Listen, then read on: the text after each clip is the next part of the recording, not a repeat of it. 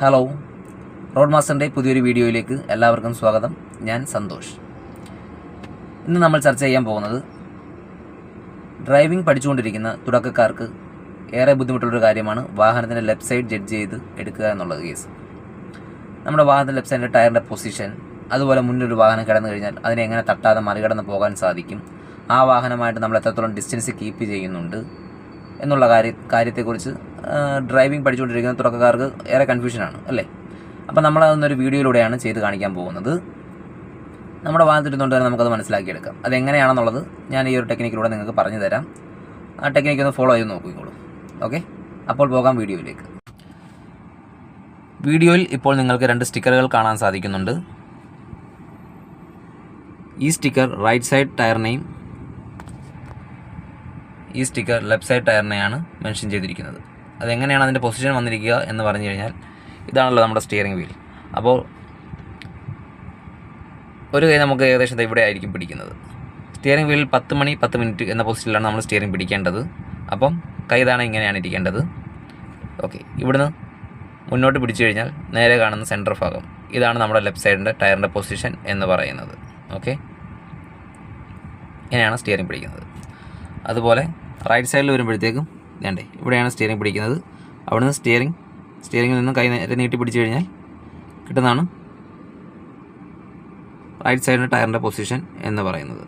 Okay, ഇനി നമ്മൾ ഇത് എങ്ങനെ ജഡ്ജ് ചെയ്ത് എടുക്കാം എന്നുള്ളത് ഞാൻ നിങ്ങൾക്ക് കാണിച്ചു തരാം. ഓക്കെ, ഇപ്പം നമ്മുടെ മുന്നിലൊരു വാഹനം കിടപ്പുണ്ട്. ഓക്കെ, ആ കിടക്കുന്ന വാഹനം ഇപ്പം നോക്കിക്കോണം. ആ സ്റ്റിക്കറിന് ഉള്ളിലല്ലേ കിടക്കുന്നത്, വേണ്ടേ ഇവിടെ ഈ സ്റ്റിക്കറിൻ്റെ ഉള്ളിലാണ് ആ വാഹനത്തിൻ്റെ ടയർ നിൽക്കുന്നത്. ഓക്കെ, അപ്പോൾ ഈ സ്റ്റിക്കറിന് ഇപ്പുറത്തോട്ട് ആക്കി കഴിഞ്ഞാൽ മാത്രമേ നമുക്ക് ആ ലെഫ്റ്റ് സൈഡ് സേഫായിട്ട് കിട്ടുള്ളൂ.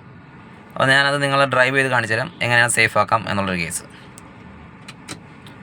ഓക്കെ, ഞാനിപ്പോൾ വാഹനം മൂവ് ചെയ്യിക്കാൻ പോവുകയാണ്. അതുപോലെ വാഹനം മൂവ് ചെയ്യുമ്പോൾ നമ്മൾ ശ്രദ്ധിക്കേണ്ട പ്രധാന കേസ് എന്ന് പറയുന്നത് കഴിഞ്ഞാൽ, മുന്നിൽ കിടക്കുന്ന ഒരു വാഹനത്തിൻ്റെ ടയർ നമുക്ക് ഈ വാഹനത്തിൽ ഇരുന്നുകൊണ്ട് കാണാൻ സാധിക്കണം. അതായിരിക്കും നമ്മുടെ സേഫായിട്ട് വണ്ടിയെ മാറ്റാനുള്ള ഡിസ്റ്റൻസ് നമുക്ക് എടുക്കാൻ പറ്റുന്നത്. എന്നുവെച്ചാൽ ഇപ്പം നമുക്ക് ആ വാഹനത്തിൻ്റെ ഫ്രണ്ടിൽ കിടക്കുന്ന വാഹനത്തിൻ്റെ ടയർ നമുക്ക് ഇവിടെ നിന്നുകൊണ്ട് കാണാൻ സാധിക്കും. ഇപ്പം ഞാൻ അല്പം കൂടി മുന്നോട്ട് ഡ്രൈവ് ചെയ്യാം. അപ്പോൾ നോക്കിക്കോളൂ. ഓക്കെ, ഇപ്പം നമുക്ക് ആ വാഹനത്തിൻ്റെ ടയർ കഴിഞ്ഞു. അതുപോലെ തന്നെ സ്റ്റിക്കർ പാസ് ചെയ്ത് കഴിഞ്ഞു. സ്റ്റിക്കറിന് ലെഫ്റ്റ് സൈഡിലായി ആ വാഹനം. ഇനിയിപ്പോൾ നമുക്ക് അവിടെ സേഫാണ്.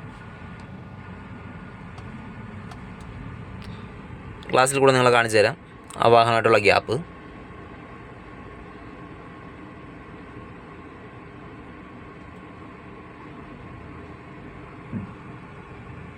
ഈ ഒരു ഡിസ്റ്റൻസാണ് നമ്മൾ കീപ്പ് ചെയ്തിരിക്കുന്നത്. അതുപോലെ തന്നെ മുന്നിലൊരു വാഹനം കിടപ്പുണ്ട്.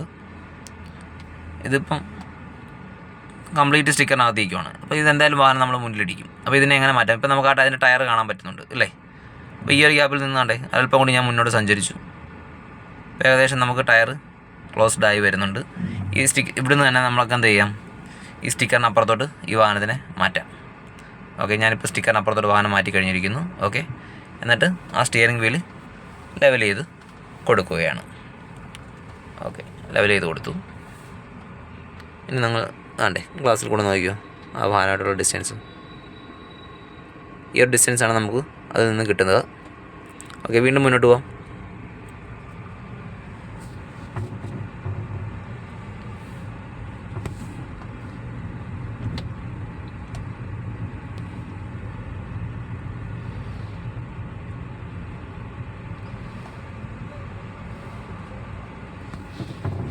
മുന്നിൽ കിടക്കുന്ന വാഹനം നമ്മുടെ സ്റ്റിക്കറിനകത്താണ് നിൽക്കുന്നത്. ലെഫ്റ്റ് സൈഡ് സ്റ്റിക്കറിനകത്താണ് വാഹനം നിൽക്കുന്നത്. ഈ രീതിയിൽ മുന്നോട്ട് പോയി കഴിഞ്ഞാൽ തീർച്ചയായിട്ടും നമ്മൾ ആ വാഹനത്തിന് ഇടിക്കും. ഇപ്പോൾ നമുക്ക് അതിൻ്റെ ടയർ കാണാൻ പറ്റുന്നുണ്ട്. അതിൻ്റെ പൊസിഷൻ ലാസ്റ്റ് ആ ടയർ കാണുന്നിടത്ത് നിന്ന് ഞാൻ സ്റ്റിക്കറിൻ്റെ അപ്പുറത്തോട്ടാക്കി വാഹനം, എന്നിട്ട് സ്റ്റിയറിംഗ് വീല് ലെവൽ ചെയ്ത്. ഓക്കെ, ഇപ്പോൾ വാഹനത്തിൻ്റെ അപ്പുറത്താണ് സ്റ്റിക്കർ നിൽക്കുന്നത്. ഓക്കെ, ഇനി നമുക്ക് നേരെ മുന്നോട്ട് പോകാം. നേരെ മുന്നോട്ട് പോകുന്നു. ആ വാഹനമായിട്ടുള്ള ഡിസ്റ്റൻസ് നോക്കിക്കോളൂ. പാസ് ചെയ്തിട്ട് ഞാൻ നിങ്ങൾക്ക് അത് വീഡിയോയിലൂടെ കാണിച്ചു തരാം.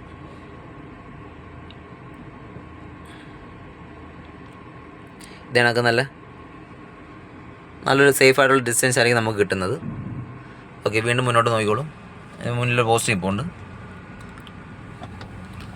പോസ്റ്റ് ആണെങ്കിലും അങ്ങനെ തന്നെയാണ്. പോസ്റ്റിൻ്റെ അടിഭാഗം നമുക്ക് കിട്ടണം. മുന്നിൽ എന്ത് വസ്തുവാണെങ്കിലും അതിൻ്റെ അടിഭാഗം നമുക്ക് കിട്ടുന്ന തരത്തിലായിരിക്കണം നമ്മൾ വാഹനത്തിനെ ഡയറക്ഷൻ ചേഞ്ച് ചെയ്ത് കൊടുക്കേണ്ടത്. മുന്നോട്ട് അടുക്കുന്നതനുസരിച്ച് നമ്മുടെ ഗ്യാപ്പ് കുറയും. ഇപ്പോൾ നോക്കിക്കോണം, ഈ പോസ്റ്റിൻ്റെ ഇപ്പം നമുക്ക് ഈ പോസ്റ്റ് അടിഭാഗം കാണാൻ സാധിക്കുന്നുണ്ട് ഇല്ലേ? ഇതിപ്പോൾ ഞാൻ മുന്നോട്ട് ഡ്രൈവ് ചെയ്ത് പോകും. ഇപ്പോൾ നമ്മൾ സ്റ്റിക്കറിനകത്താണ് പോസ്റ്റ് ഇരിക്കുന്നത്. ഓക്കെ, ഇപ്പോൾ നമുക്ക് അടിഭാഗം പോയി. ഇപ്പോൾ അടിഭാഗം നമുക്ക് ഒട്ടും കാണാൻ പറ്റുന്നില്ല. അപ്പോൾ ഈ പൊസിഷനെ നമ്മൾ മാറ്റി കഴിഞ്ഞാൽ ഈ പൊസിഷൻ ഞാനൊന്ന് മാറ്റുവാണ്. ഓക്കെ, സ്റ്റിക്കറിനപ്പുറത്താക്കി പോസ്റ്റിനെ സ്റ്റിയറിംഗ് വീല് ഞാൻ ലെവൽ ചെയ്തു. ഇനി നമുക്ക് മുന്നോട്ട് സഞ്ചരിച്ച് നോക്കാം, അറിയാം അപ്പോൾ എത്ര ഗ്യാപ്പ് ഉണ്ടെന്നുള്ളത്. കണ്ടോ, ഈ ഒരു ഗ്യാപ്പാണ് നമുക്കിപ്പോൾ കിട്ടിയിരിക്കുന്നത്. അപ്പോൾ മുന്നോട്ട് പോകുന്നതനുസരിച്ച് ഗ്യാപ്പ് കുറയും. സേഫായിട്ടുള്ള ഗ്യാപ്പ് എന്ന് പറയുന്നത് മുന്നിൽ കിടക്കുന്ന വസ്തുവിൻ്റെ അടിഭാഗം നമുക്ക് കറക്റ്റായിട്ട് നല്ലപോലെ കാണാൻ സാധിക്കുന്ന രീതിയിലാണ് ഡയറക്ഷൻ ചേഞ്ച് ചെയ്ത് കൊടുക്കേണ്ടത്. അതായിരിക്കും നമുക്ക് സേഫ് ഡിസ്റ്റൻസ് എന്ന് പറയുന്നത്. ഓക്കെ, മുന്നോട്ട് ഡ്രൈവ് ചെയ്ത് നോക്കാം ഒന്നും കൂടി.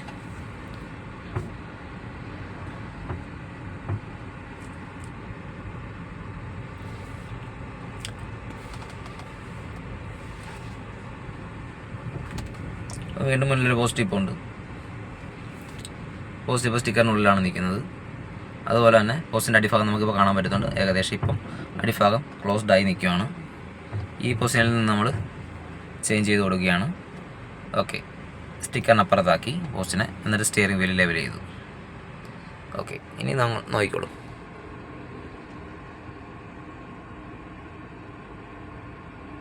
ഇപ്പോൾ പോസ്റ്റുമായിട്ട് നല്ലൊരു ഗ്യാപ്പാണ് നമുക്ക് കിട്ടിയിരിക്കുന്നത്. ഇതായിരിക്കും ഒരു സേഫ് പൊസിഷൻ എന്ന് പറയുന്നത്. ഡ്രൈവിംഗ് പഠിച്ചുകൊണ്ടിരിക്കുന്ന തുടക്കക്കാർക്ക് ഇങ്ങനെ ഈ ഒരു ഡിസ്റ്റൻസ് കീപ്പ് ചെയ്തെടുക്കുന്നതായിരിക്കും നല്ലത്. ഓക്കെ, വീണ്ടും മുന്നിലോട്ട് നോക്കിക്കോളൂ.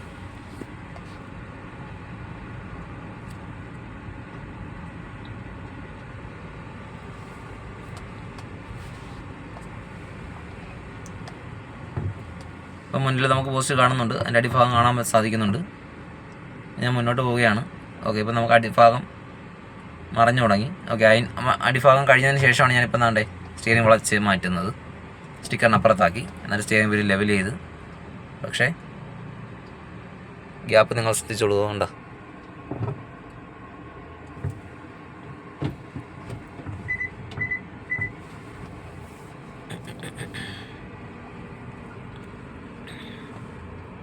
ഇപ്പോൾ നിങ്ങൾക്ക് മനസ്സിലായല്ലോ. ആ ഫ്രണ്ടിൽ കാണുന്ന പോസ്റ്റിനെ അതിൻ്റെ അടിവശം മറച്ചുള്ള രീതിയിൽ എടുത്തു കഴിഞ്ഞാൽ തീർച്ചയായിട്ടും നമുക്ക് ലെഫ്റ്റ് സൈഡ് തട്ടും. അതുപോലെ തന്നെ സേഫ് ഡിസ്റ്റൻസ് എന്ന് പറയുന്നത് എപ്പോഴും മുന്നിലുള്ള വസ്തുവിൻ്റെ അടിഭാഗം കണ്ടുകൊണ്ട് തന്നെ ഡയറക്ഷൻ ചേഞ്ച് ചെയ്യുക എന്നുള്ളത് തന്നെയാണ്. ഓക്കെ, അതിപ്പം പോസ്റ്റ് ആണെങ്കിലും ഒരു മരമാണെങ്കിലും അല്ലെങ്കിൽ ഒരു 2 വീലറോ കാറോ ബസ്സോ എന്ത് തന്നെ ആയാലും അതിൻ്റെ ബാക്ക് സൈഡിലെ ഭാഗം കണ്ടുകൊണ്ട് നമുക്ക് വളയ്ക്കുക. ഓക്കെ, വാഹനത്തിൻ്റെ ലെഫ്റ്റ് സൈഡ് ജഡ്ജ്മെൻറ്റിനെ കുറിച്ച് ചെയ്ത വീഡിയോ നിങ്ങൾക്ക് ഇഷ്ടപ്പെട്ടു എന്ന് ഞാൻ കരുതുന്നു.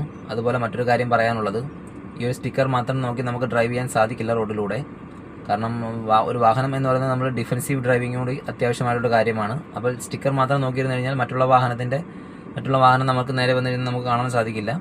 ഇത് ഇപ്പോൾ ഞാൻ നിങ്ങളെ പരിചയപ്പെടുത്തി എന്ന് പറയുന്നത് ലെഫ്റ്റ് സൈഡ് ജഡ്ജ്മെൻറ്റിനെ കുറിച്ച് മാത്രമേ ഉള്ളൂ. എന്ന് വെച്ച് കഴിഞ്ഞാൽ ഇട സൈഡിൽ ഉള്ളൊരു വാഹനത്തെയോ അല്ലെങ്കിൽ എന്തെങ്കിലും തടസ്സത്തെയോ നമുക്ക് ഇടിക്കാതെ എങ്ങനെ സേഫായിട്ട് മറികടന്ന് പോകാൻ പറ്റും എന്നുള്ളൊരു, എങ്ങനെ ആ ഡിസ്റ്റൻസ് കീപ്പ് ചെയ്തെടുക്കാം എന്നുള്ളത് എന്ന തരത്തിലുള്ളൊരു വീഡിയോ ആണ് നിങ്ങളെ കാണിച്ചു തന്നത്. ഡ്രൈവറിന് ശരിക്കും റോഡിൽ നല്ല രീതിയിലുള്ളൊരു വ്യൂ ഉണ്ടെങ്കിൽ മാത്രമേ റോഡിൽ മറ്റുള്ള അപകടങ്ങൾ ഒഴിവാക്കി ഡ്രൈവ് ചെയ്യാൻ സാധിക്കുകയുള്ളൂ. ഓക്കെ, അപ്പോൾ വീഡിയോ ഇഷ്ടപ്പെട്ടു എന്ന് കരുതുന്നു. ഇഷ്ടപ്പെട്ടിട്ടുണ്ടെങ്കിൽ ചാനൽ സബ്സ്ക്രൈബ് ചെയ്യുക, ലൈക്ക് ചെയ്യുക. പുതിയൊരു വീഡിയോയുമായി വീണ്ടും കാണാം. Thank you.